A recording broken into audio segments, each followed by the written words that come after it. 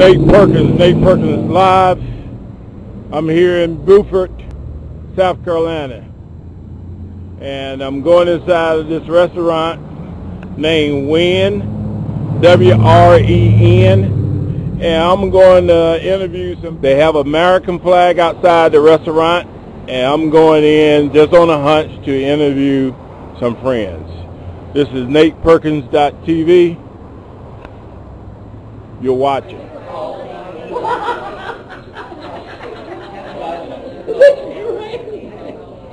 I didn't ever hear from him. He's married, of course. Hello, sir. Hey, how are you? How you doing? All right, it seems like y'all sitting at the bar inside this restaurant here.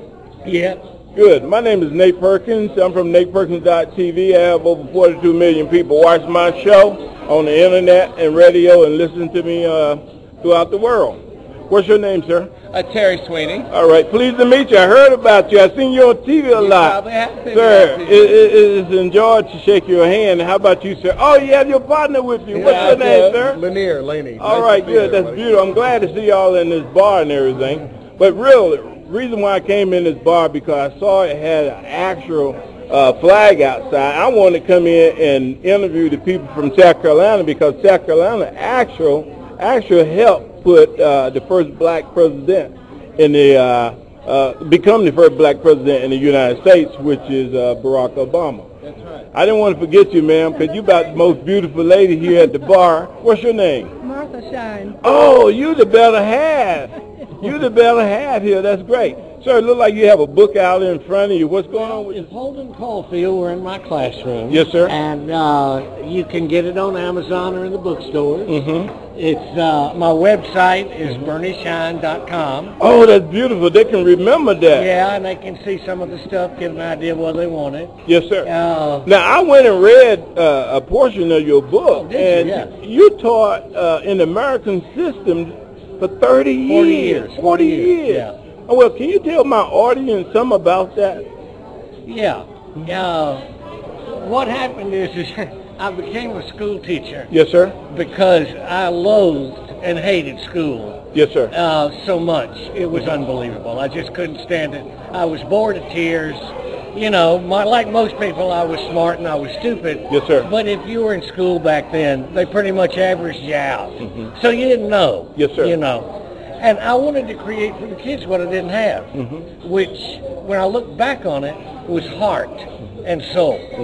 And so I wanted to create a classroom where the truth mattered, where emotions, where you know, people think that, well, you can just transmit reason from one generation to another, you know, the ability to think and so forth. And you can't do that. It's not a hand-me-down.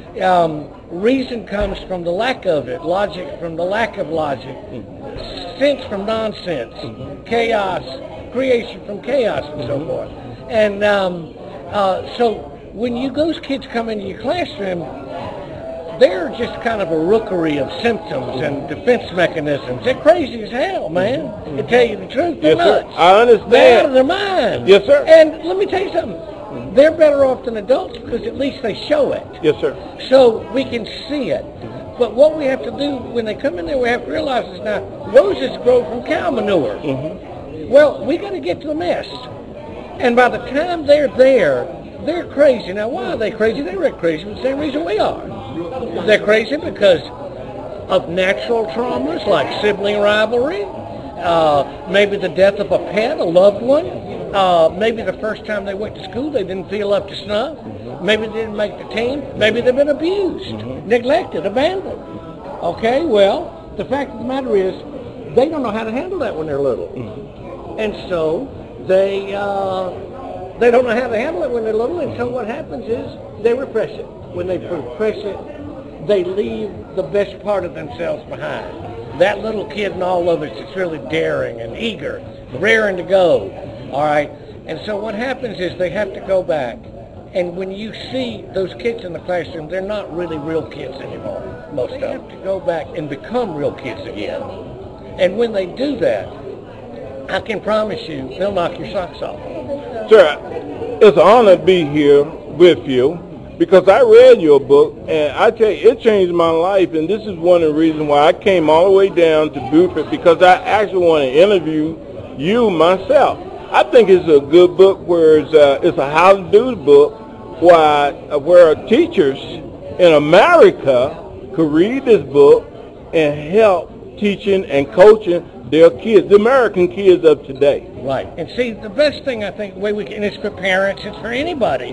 I mean, the best thing we can do if somebody says to me, well, Bernie, because I get this a lot around the country when I go talk and all, and they say, Bernie, well, what would you suggest? Well, the fact is, there's only one thing I'd suggest. You've got to be yourself. Now, how does that happen? Well, it's as difficult to arrive at as a solution to a calculus problem or something. In other words, it can be hard, but if you want to be good to your children, whether they're your students or your own children, then what you got to do is you have to go back to your own childhood. You have to remember the child that you once were.